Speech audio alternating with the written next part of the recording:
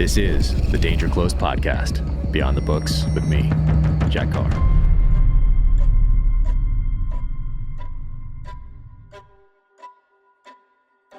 Welcome to the Danger Close podcast, an IRONCLAD original presented by Navy Federal Credit Union.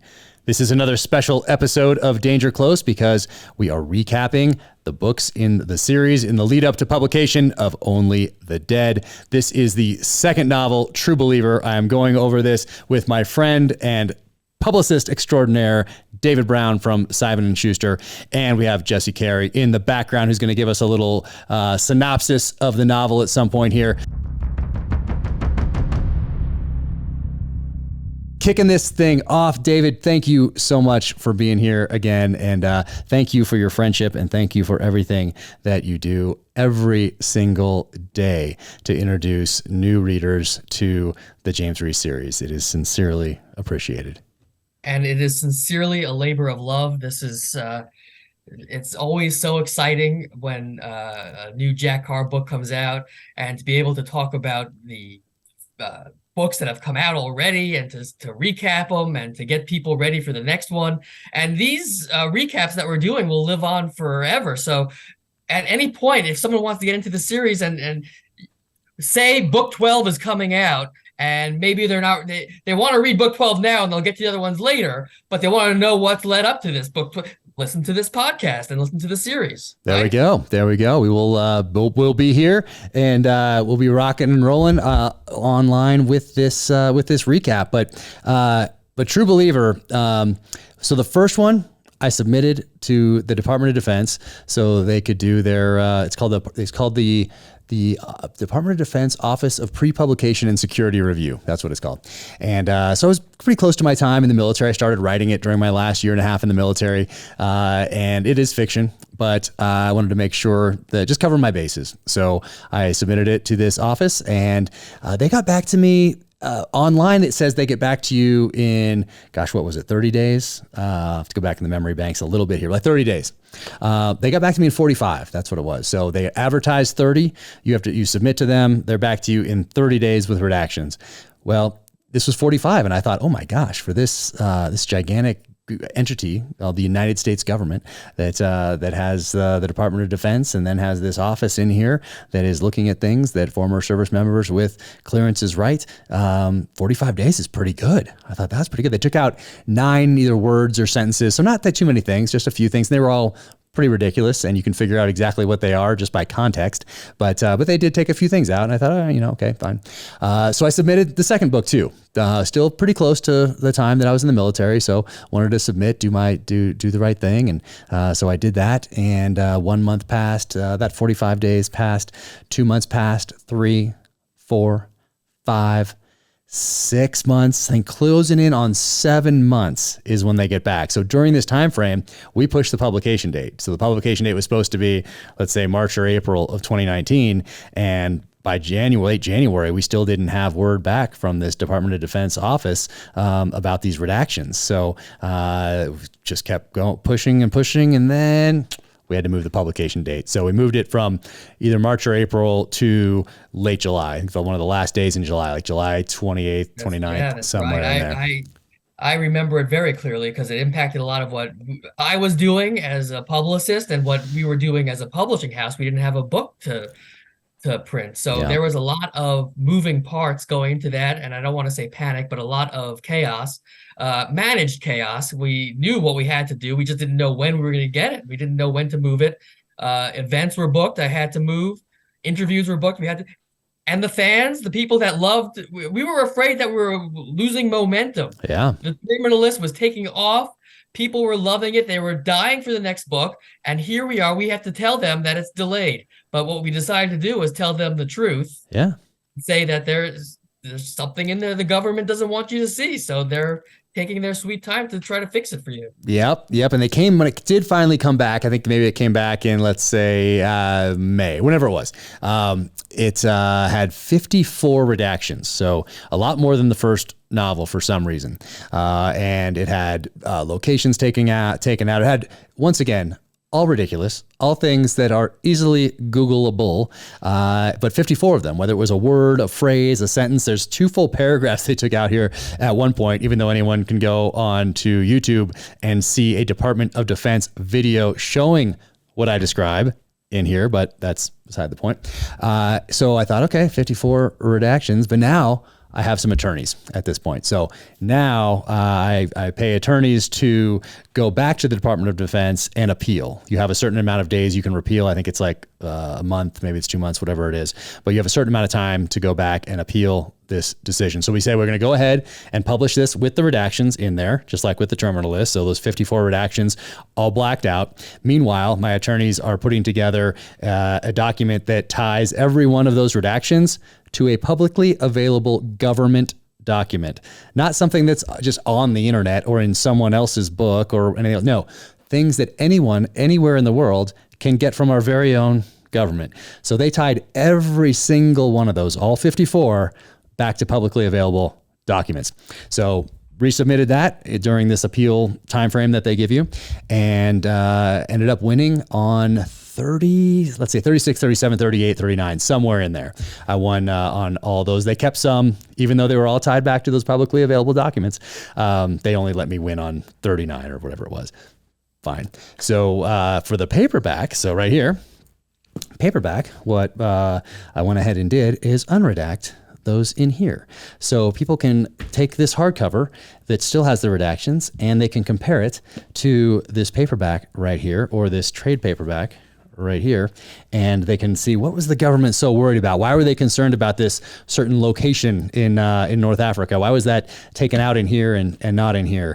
So that was pretty fun to do, and it was fun to talk about, and then people can it gives people a reason to kind of go a little deeper into things. And anyway, that's how we started off. Yeah, and while that delay was going on, I don't think I ever told you this, but I actually wrote my congressperson. Oh, nice! Thank you. I did not know that. I explained the situation, and I said, "Is there anything you can do?" And as you can imagine, that was a waste of time. I never got a response. And that's not the first time the congressperson did not respond to something that I asked them about. So it wasn't a surprise. But I was trying everything. That's like when the kid in, let's say, Los Angeles or New York gets his bike stolen and, goes to the police department and just like asking about how the investigation is going into this stolen bicycle. And they're like, yeah, after we solve all the murders, kid, So it's kind of one of those things. But yeah, we had to push that publication date. So pushed it to late July, and then did a great book tour, went down to the UDT SEAL Museum down in Florida as part of that book tour, which was fantastic. Vero Beach Book Center. It was a great tour, but it was late. It was late, and that's just how it goes. But that's how things started off for True Believer. And the other thing, a little different about True Believer, was the way I started it, and that was very intentional because I didn't want to be looked at as just somebody like a one-trick pony. And once you have a success, for whatever reason in this country, we like people who succeed, but then we also like to see them fall. For whatever reason. We like the Rocky story, the comeback story too. Maybe that's because it's a cycle. So we like those things. I don't know why in this country, but I didn't want to be looked at as kind of the one trick pony. And I wanted to do something different. I've been a student of this genre my entire life, coming from the fan perspective, reading all the books by Tom Clancy and Nelson DeMille and H.G. Quinnell and J.C. Pollock and Mark Olden, David Morrell, all these guys who were the masters of storytelling back in the thriller genre in the 80s when I grew up. In the 90s, I've never stopped reading those books, and I've gone back and I've read all those books that moved the genre forward, whether it was the novella The Most Dangerous Game, or it was Rogue Male in 1939, or David Morrell's First Blood in 1972, or Last of the Breed in the mid-'80s by Louis L'Amour. So I know the history of the genre just from the fans' perspective. And so I wanted to do something a little different. And I always knew I was going to write 2 books, so I wrote this one before I even sent the first book to Simon & Schuster. I didn't know any agents, didn't know anyone in Hollywood, didn't know anybody in publishing, but I always knew I was going to write 2 because of the John Grisham story, how he wrote A Time to Kill first, and then he couldn't really give that book away.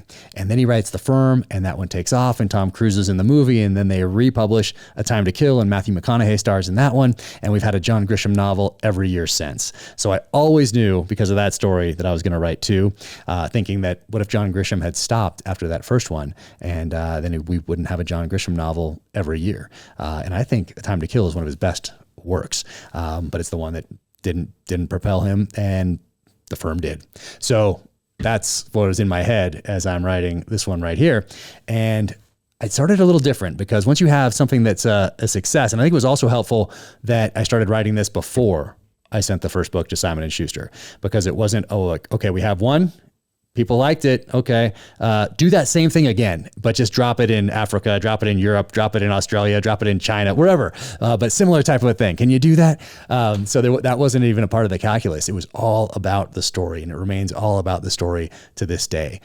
So he goes on a journey in the beginning of this, and that yellow sticky this time said violent redemption, a journey of violent redemption. So that's the theme of True Believer.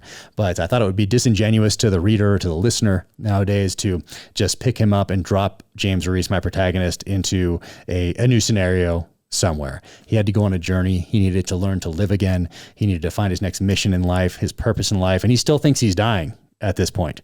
So he's on the Atlantic, and I had to call and email and text a bunch of different people who are sailors, either like Jimmy Spithill, who races, and then another guy who Jimmy introduced me to, who is one of these long distance Volvo around the world sailors, so I could get this right. And I started it off with, okay, this is this guy's background. So he's a Navy SEAL. He sailed as a kid growing up. He took a couple of courses in the military, so he could get a couple different licenses, so he could handle a couple different things. But he's not a sailor. He's not an expert at this sort of a thing. He needs to go from here to here at this time of year. Here's what's on the boat. How would he do it? And so I got feedback from real people that knew what they were doing that I could incorporate into this, because I wanted a sailor to look at this and say, oh, okay. Oh, that's about the time it would take. So I said, how would he get from here to here? But keep in mind his background. So it's not going to be a straight line. It's going to be the monkey stumbling, essentially, to get there and on this sailboat. So it's not going to be the most direct route because of his background. So when I sent this to Simon & Schuster and it got to Emily's desk, I half thought she might cut out the first third of the novel. She might, and I think a lot of editors may have cut out the first third of this book, but she didn't. And I love that she didn't. And I love that it's different than a lot of books in the genre, different than most authors and their publisher and editor would do, because it's risky. It's risky to start this thing off. I read it, Jack, and I remember calling you right after I read it, and I told you that was the riskiest thing I've ever seen a writer do in their second book, because it's almost like a whole different style you're taking on in the beginning. And it was actually the first time I emailed the producer at CBS News, and to give you some, you didn't do CBS until last summer. So that's how long it takes sometimes to get something booked. But it was after reading that, and I said, you know what? This guy is different. He writes literature. This is literature. Thank you. It's literature. I mean, what you did, and what's interesting is that I don't know whether you did this on purpose or whether you knew you did. I'm sure you know you did it. But the beginning of the book that comes out that we're leading up to right now. Right now. Only Dead. I was going to bring this up. Yes. So yes, I did. It opens up in a very similar. It doesn't go on as long as it does because what happens in Only the Dead, it doesn't take as long as what he was trying to do in True Believer. But it opens up where Reece is alone in his thoughts. And I just had this text conversation with a radio host who you do a lot of interviews with and who we'll be seeing on tour. Wonderful. And he told me, and I agreed, and I said, Jack does some of his best writing when it's Reece all alone in his own head. And True Believer opened up that way. Only the Dead opens up that way. Yep. And it is not something that you see often in this genre. It is not something I don't think I ever saw at the point of time that I read True Believer, which is why I said, wow, that was risky. And wow, thank God Emily let it stay, because it sets you apart and puts you on a whole different level. Oh, thank you. Thank you. That means so much to me.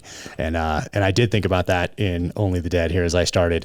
And I also thought about David Morrell, his influence on me from a very young age. Of course, he created Rambo with his debut novel, First Blood, back in 1972.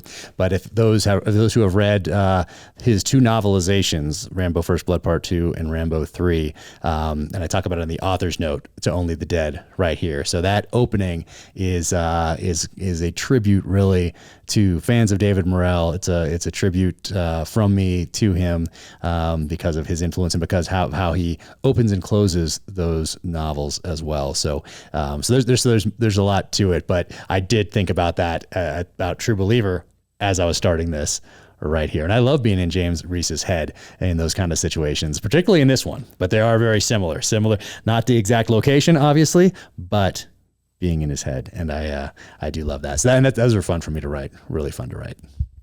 But the first scene, you open the book, which leads me to this question: is True Believer a Christmas book? That's like the Die Hard question. I didn't think of it that way as I was writing it, but as we crept up on Christmas 2019, I certainly did. I thought, man, I wonder if this could be a Christmas book. So it does have that. And I think we did around Christmas. I think we did do a couple things about it being a Christmas book. Maybe I made a couple posts or said a couple things about it being a Christmas book because of how it starts here with this terrorist attack in London at a Christmas fair. So yeah, that was, yes, it's a Christmas book. It should be read every holiday season by every family across the world.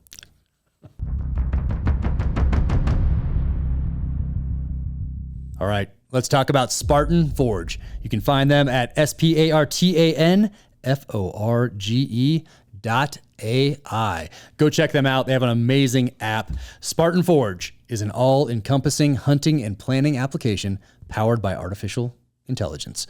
Developed by a U.S. Army warrant officer conducting intelligence preparation of the battlefield in the special missions arena for our nation's most elite operators. The app offers military-based targeting for hunters. The technology uses artificial intelligence-powered movement prediction. It features movement prediction paired with current and historical wind data, current forecasts, and state data. They partnered with premier universities to collect data on deer movement. It is as accurate and testable as scientifically possible. No snake oil, no bullshit. Its UAV map features next-level imagery detail, the highest resolution offered on the market, with up to 7 years of historical imagery. Its Blue Force tracker allows users to share pins and location data to a set group of peers in a user-defined area. The LiDAR map lets hunters look through the trees and structures to see topography like never before, giving the user a detailed viewpoint of trails, beds, and more. And the Lambda map is fully customizable, set to parameters selected by the user for fast access. It will also indicate public and private land boundaries. The journal feature lets users keep track of every detail of their hunt, write historical descriptions, and add photos and waypoints, all while pulling historical weather pattern data. And its desktop app features Eastman's Tag Hub. Spartan Forge works hand in hand with Eastman's to integrate Tag Hub app into Spartan Forge, providing Western hunting draw odds and stats.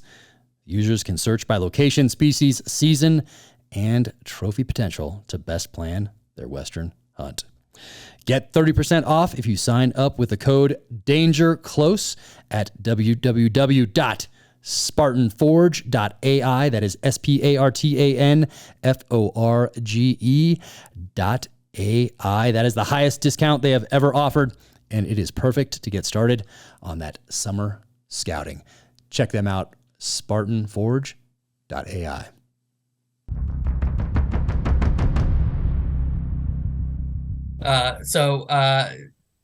He's on the boat. Where's he going? Yep. So he's learning to live again, and he needs to make it to a place. He doesn't think he's going to get there. He thinks he's going to die along the way. But he's not one to give up. So he's just going to sail until he dies. But he's not just going to sail until he hits something. He's going to sail with a destination just in case, because maybe he does make it to shore and he dies once he's ashore. Maybe he gets ashore, he's there for a week or a month. And he needs to go someplace where he is off the grid. So he has been to, he was in Mozambique in college with his friend Rafe Hastings, also a SEAL who's introduced at the end of the terminal list, who's a fan favorite character now, which was really the intent of that character from the very beginning. I love Rafe Hastings and his whole family and his whole lineage. But they went back there to work on Rafe Hastings' uncle's hunting concession back there. So learning how to track, helping out in the skinning shed, helping clients, learning from the professional hunters, really just unpaid labor, essentially, but learning how to work, learning the value of hard work, learning the land, learning how to care for these animals once they go down in the field, and imparting life lessons from Rich Hastings, Rafe's uncle. So he figures, okay, I'm in the Atlantic.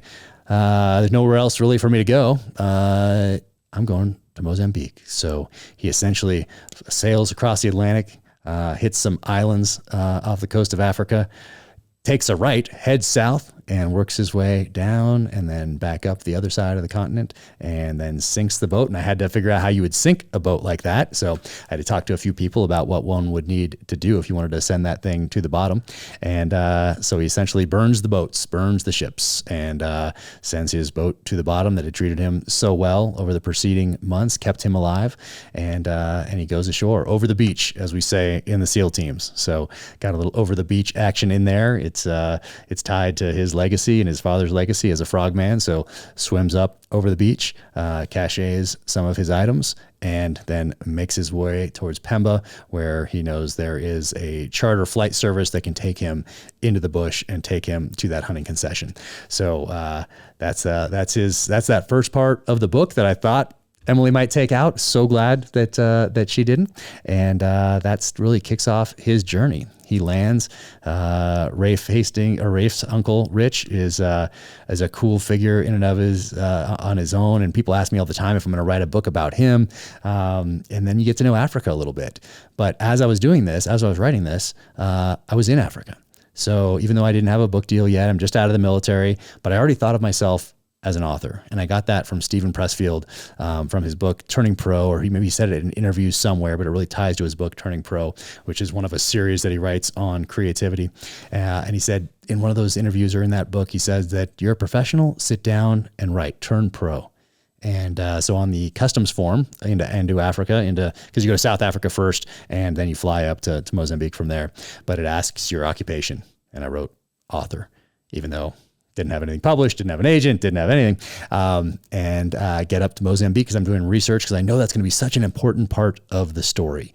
And I need to go and I need to see, what is the dirt like? What color is it? What are the rocks like? What are these professional hunters? What are their backgrounds? What can I learn from these trackers? What can I ask them about Chinese mining operations, both illegal and legal in the area, the politics of the area, the history of the area? And I knew it was going to be so important. So I got to spend a couple of weeks on the ground over there, and weave all that into the novel to really bring that part to life. So that's where he learns to live again, and he gets to take some of his skills as a special operator and apply them to the poaching problem in Mozambique. So he gets to take something that was solely focused on killing and destroying an enemy, and take those skills and apply them to preserving some of the last animals on Earth in some of these different species in Mozambique. So he got to turn those skills and use them for good. And of course, this is him learning to live again, finding this next purpose in life. And a lot of people in the military have a hard time, especially in special operations, leaving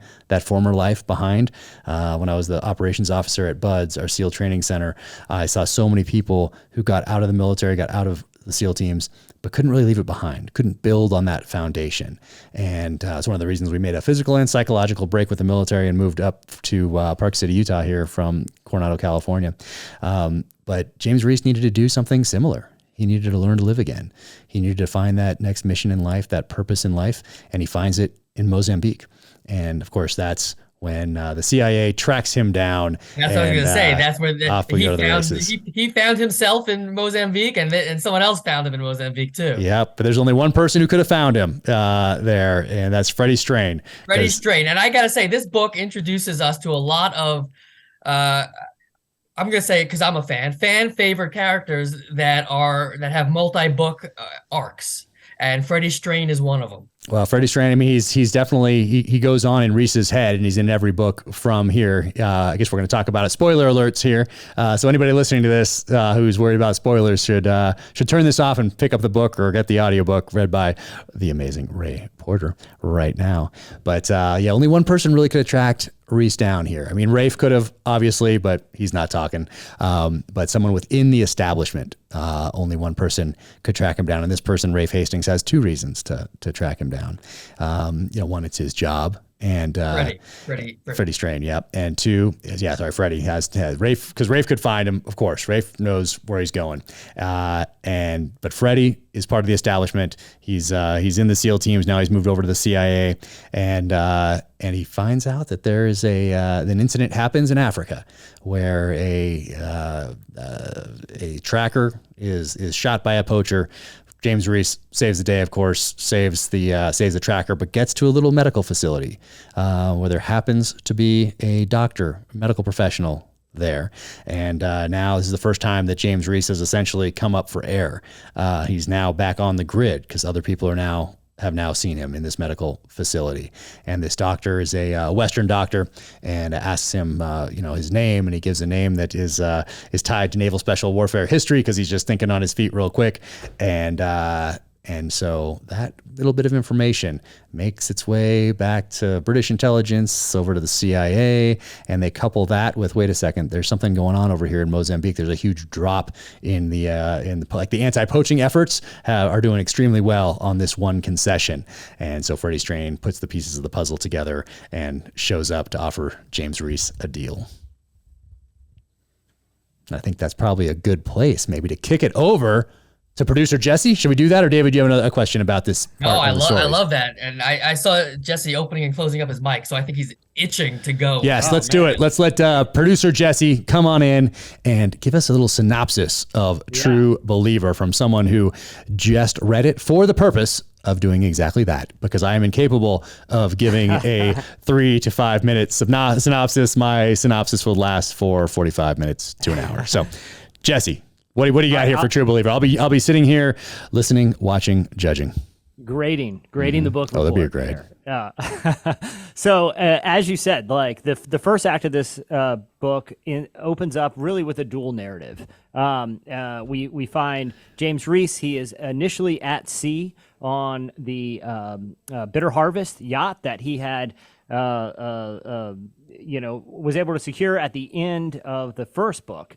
And he's sort of on this Odyssean journey. Is that an adjective? Could be, yeah. Like the Odyssey. He is trying to rediscover himself at this low moment in a hero's journey.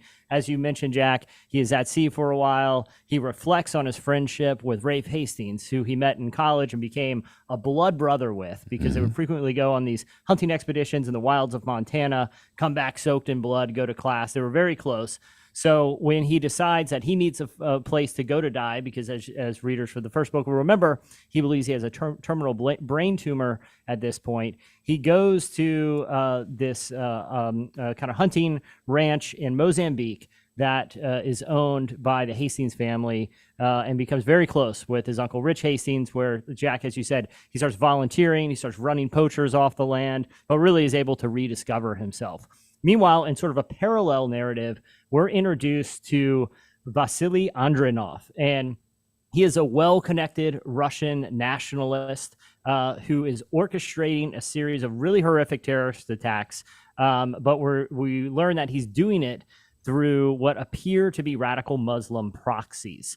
Some, especially ones connected to Syria. As you mentioned, it opens up with this horrific Christmas Day bombing. There is assassinations of high-profile military generals. There's also a British platoon coming back from a deployment in Afghanistan is victims of these sniper attacks. We meet a really ruthless Syrian sniper who's kind of a hired gun named Nazar. So all of this is happening sort of in parallel, and it's Reece doesn't even know what's going on because he's off the grid. But as you said, through a series of events, his cover is sort of blown.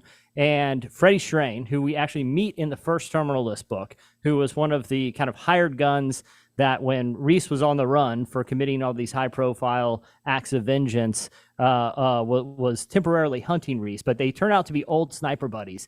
And Freddie comes and offers him a deal. He says that he can get a presidential pardon, and he'll also secure pardons for Liz and everyone who helped him out in the first book, if he'll go and join the CIA to try to help solve these who's behind these horrible acts of terrorism. Now, the connection to Reece and these acts of terrorism fall within an Iraqi special operations commander who he used to work with, who he knows as Mo.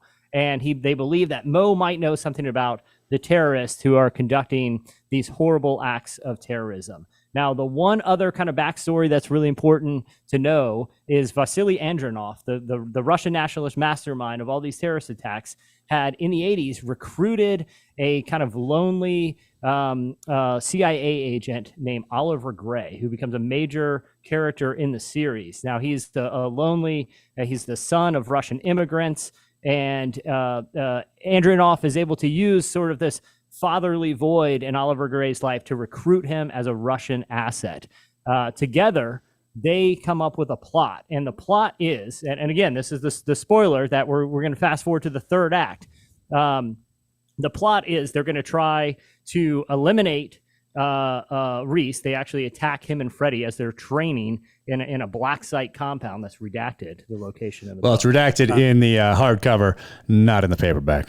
Okay, so in the hardcover, it's the location is redacted. But what Andronov and Gray are plotting is they're planning on assassinating the Russian president and the U.S. president, who is going to they're going to have a big meeting in Ukraine, and they're going to announce there that Russia is going to give back Crimea to Ukraine in exchange for the U.S. releasing these sanctions and kind of bring Russia further west. But what Oliver and Andronov have decided to do is use this as an opportunity to kill both the American president, the Russian president, and to release a chemical weapon underneath the catacombs of Odessa, Ukraine, which will kill hundreds of thousands of people. They will pin the blame on on Islamic terrorists. And they will use the vacuum of power for Andronov to rise to the Russian presidency and to use it as a kind of a legal way to go to war with Islamic nations, kind of expand Russia, bring them further east, put them against the West. Now, Reece and Freddie and a team are able to uncover this plot, but in the process of trying to stop the chemical attack, Freddie is actually killed by the sniper Nazar. Now, Reece is able to kill Andronov, but Oliver Gray and Nazar remain at large at the end of the novel, kind of setting up characters for future novels. And that's sort of how the story ends. Reece is also informed by Freddie that as an act of service, he not only gets pardons and gets a new life for him and his friends, but he'll also be able to have the tumor removed surgically. And that's True Believer in a quick recap. That's pretty dang good. How do I do? That's pretty dang good. I'm going to go a B++ because it was very complicated. And that was by design. The book is complicated, so I'm giving you points for distilling it, something that was pretty complex, down in a short amount of time. So well done there. And one thing that Freddie wanted to do also was that he wanted to ask Reece why Reece didn't kill him in this ambush they were clearly in the first novel. So in the first novel, this is where James Reece and I thought a couple readers were going to figure out that Ben Edwards is a bad guy. And I actually had to drop one more hint in because Emily Bessler, my publisher and editor at Simon & Schuster, because when you're writing these things, you think, because you were so intimately involved with the story, you know what's happening. But for a first-time reader, they don't. But still, being intimately involved with it, I thought, I can't put that in here. It's going to totally give it away. And it didn't. I think maybe one or two people may have figured it out. Ben Edwards being a bad guy, I mean. But in that one scene, that's why Reece is going to Ben Edwards' cabin. But instead of going into the cabin, he sets up in a sniper position, and a group from Naval Special Warfare is hunting him down on U.S. soil at the behest of the Secretary of Defense, Lorraine Hartley. And they're in this ambush that Reece has set up, and he has them dead to rights. And this is where the reader doesn't know if Reece is going to kill his own brothers as part of this. He's shown up to this point, it is all revenge without constraint. And he's up there and he has them dead to rights. He's lured them into this ambush. He now knows also that Ben is bad, and he sees somebody down there. And that person is Freddie Strain. And he doesn't clock off this ambush. So there's that part too. And then Freddie, of course, they go up, they find that they were in this ambush, like that Reece could have killed them all. And Freddie wanted to know why he didn't. So yes, he's doing it because the government has ordered him to track down his former friend, or his friend James Reece, but he also wants to ask him that question. He wants to ask him that why. So there was a couple of reasons that he tracked down his former sniper buddy, and this was also by design to make this novel complex, not complicated. And I didn't think of it in those terms back then. That is a more recent thing that I've learned from David DiGilio, who's the showrunner on The Terminal List. But that's really what this is. And I wanted it to not just be the first novel, hard-hitting, bam, out of the gate. It's visceral, it's primal, it's violent, it's hard-hitting. And this one, I wanted to do something different. And hence that whole beginning and the more complex storyline with those geopolitical aspects to it. So I wanted this book to differentiate itself from the first one. I wanted people to have no problem remembering which book was True Believer and which one was The Terminal List. Not like, oh, which one was the first one? Or, I get those kind of confused sometimes. No, I wanted them to be so different, and I wanted to move the story forward, move that story arc along, because you have to have a story arc for each individual book, and then you have to have a story arc because it's a recurring character that continues over all the books. So this one, it was very much by design to go into the geopolitical aspects of Russia and Ukraine and Syria and tie this all together with Reece's past and Mo, and having him go up into Europe. And I'll forget the question a lot, is Mo a real person? And that's classified as well. So. Oh, come on. Everything's classified with you. You know, there's a couple. Got to keep a couple things close hold. So this one ended up being a much more complex storyline when you're thinking it through in outline form, and then have a lot of problems to solve creatively and aggressively on the page as you take that one-page executive summary, take that outline, and then turn it into the narrative. But a lot of people are introduced in this book. A lot of characters introduced in this book that are going to go on into the future. Yeah, we got Vic Rodriguez, who continues on into the latest novel right here. Oliver Gray, who is not a fan favorite. It's not easy to like him. Oh no, yeah, and that's going to be an interesting one to cast. Like, we're talking about it already, and I never say who I have in mind for different characters because if it doesn't end up being that person, I don't want them to feel bad. But as we're thinking through casting for the second season of The Terminal List for True Believer, which we do after the spin-off series with Ben Edwards starring Taylor Kitsch. It's a fun casting situation to figure out. Well, here's the question about Oliver Gray. And yes. this like in high school, we used to do units on Shakespeare, and the teacher would always talk about the symbolism and what Shakespeare meant when he said, and I didn't believe, I always thought that was like retrofit, like he just wrote it and sure. we're putting words. Gray seems like the perfect name for him. I see him and his life in just gray. Yep. No, that is very much by design as well. And there's another meaning to it also that I will tell you later. There's something that's in all the novels that has a touch point with personal backstory, I guess. And that's this is one of them. But yeah, there's a lot of thought that goes into the names. And sometimes, and like this, with the Russian ones, it gets kind of difficult because they all sound so similar. And it's very difficult to find these Russian last names and first names that are different enough. So I have a little graph there as I'm creating Russian characters, particularly for this one right here, for the latest one, Only the Dead, because you have to make sure that they don't sound so similar that people get confused because of that similarity in how they end or how they start, that sort of a thing. So, so oftentimes that's the case, particularly for me with the Russian type names. But other times, I guess this is kind of juxtapose it to the last names that get a lot of thought. Sometimes you're like trying to think and you're trying to put so much thought, or I am anyway, trying to put a lot of thought into a character's name. And then I'm like, you know what? I'm just going to put this is going to be a placeholder. Anne is a placeholder or whatever it is. And then you start writing and then you get to know that character as Anne, and that just becomes the name when it was supposed to be a placeholder. So the names are really, really interesting, and I have a lot of fun and put a lot of thought into those. Very little Katie in this book. I don't even know if she's only referred to, right? She doesn't even appear. She appears, but they don't have any interaction. So James Reece is in his hotel room, eventually comes back to the United States, meets Andy Danreb, who is in this book and comes back in this one, and he's in Savage Son as well. But he's the agency's foremost Russian expert, a little gruff, but they go to CIA headquarters and pick his brain about it, and he gives them some information that Reece is going to need later down the line. But is in his hotel room. He turns on the news and there's Katie on the news, and it's live. So he's like, he knows where he's right down the street from where she's filming.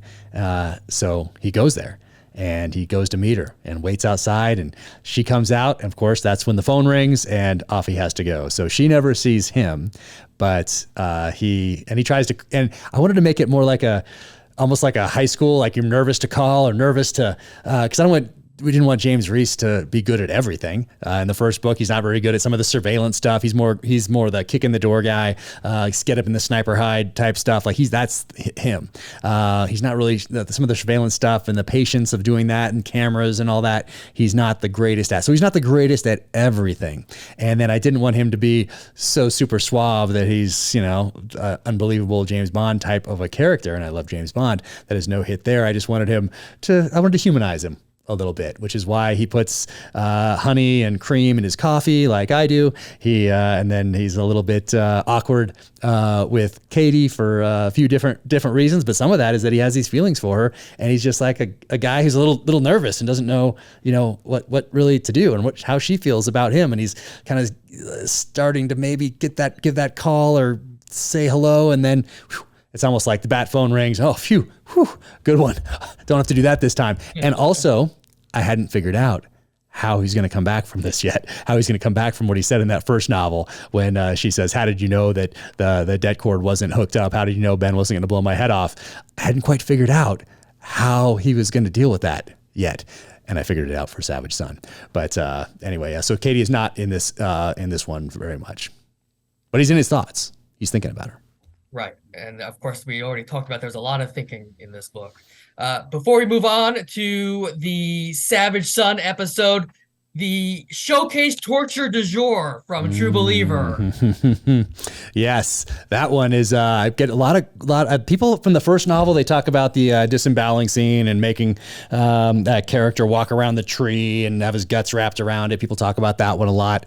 This one, people talk about this piano wire around the private parts, and essentially a noose, that he's on a wobbly chair, naked.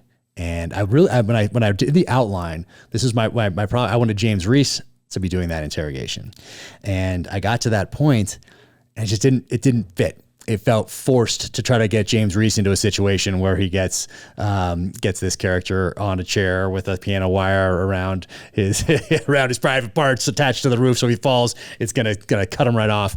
I'm gonna slice right through him. So it just made sense for Mo to do it. And then when I thought about it, I was like, yep, absolutely. Because this person also tricked Mo and made Mo believe that he was working for the CIA when in fact he was not. He was working for Jules Landry, who has been turned, who's in turn working for this Russian who wants to get back into power in Russia. So it just made it, sometimes things happen like that in novels. They're outlined a certain way, and then I get to that stage and it just doesn't fit quite right. And very naturally, this one made sense to have Mo do this particular torture. So yeah, this one's in here, and this one is one that people talk to me about a lot, particularly the guys. The guys don't hear about it too much from the female readers, but the guys tell me that they just wince when they read this or they think about this particular torture scene.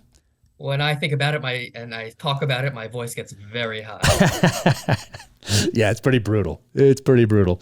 And it's at this point where I was like, oh, I guess every book is going to need some sort of a signature torture. I'm going to have to think this through now. People are expecting it. People like it. And that means I'm going to need to get very creative in the books going forward, because these ones have been pretty good up to this point. And Savage Son, I think, Savage Son, we'll talk about that in a minute, but the torture scene in there, actually there's two. They're pretty dang good. Yeah, we're going to talk about that in the episode coming up, and I'm also going to ask you whether you've put these into action before, because some of them are way too creative for you to have just thought about on the fly.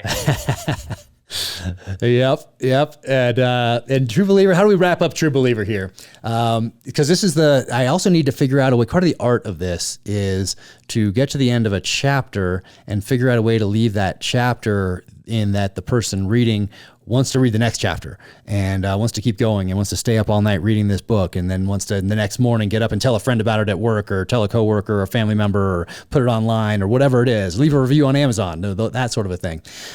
So I got to the end of this one and I needed to figure out how to have enough resolution here, but also have a little bit out there where there's a lead in a new direction for James Reece, and that the reader kind of knows where James Reece is going to go next and want to know more about it.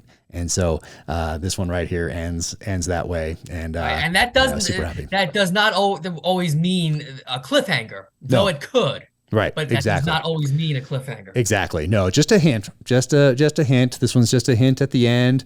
I gets a little information there at the end that's going to lead him into this next chapter of his life.